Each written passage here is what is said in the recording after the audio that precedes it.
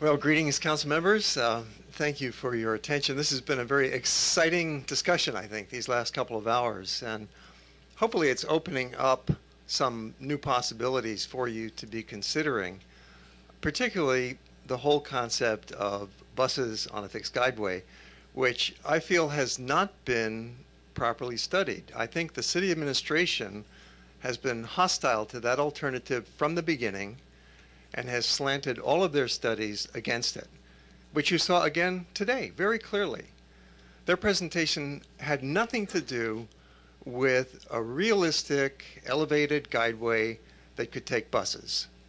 It's just been blindsided hostility, including ignoring your own preferences, which were that you would be the ones making the decision on the technology, and that you clearly left open. I was here months ago testifying again.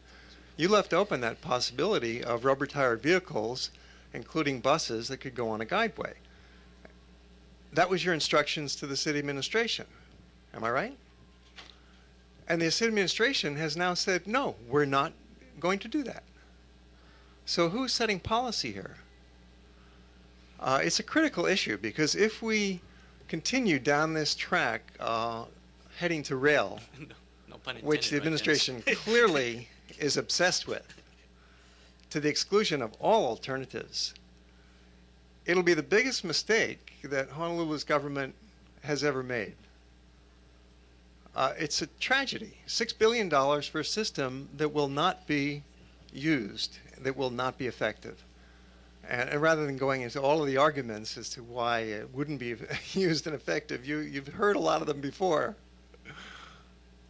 Just to summarize that ramps, this issue, this touchy issue of ramps, speaks to a whole world of difference between the two systems that we're discussing.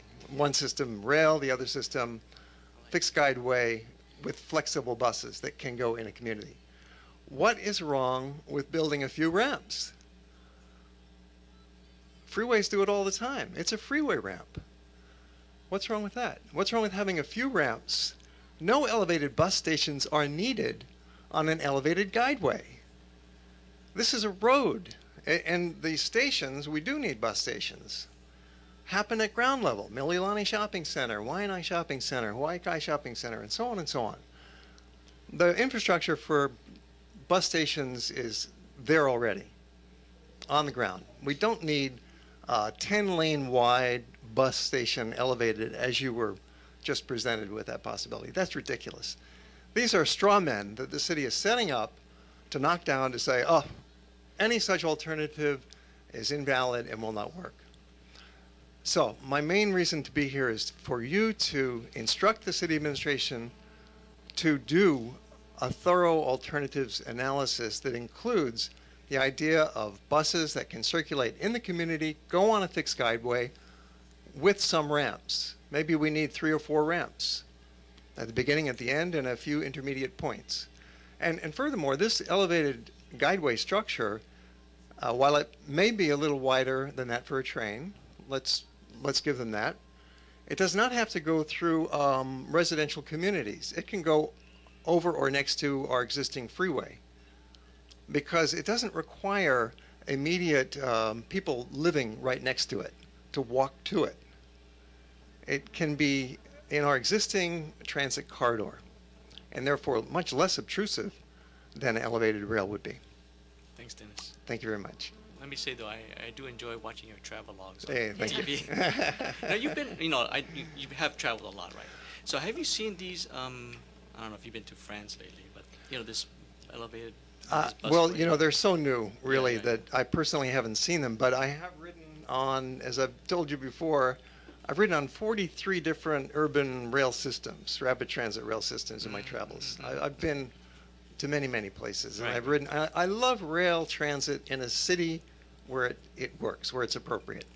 It's just not appropriate here in Honolulu. For example, I was just in Lima last month.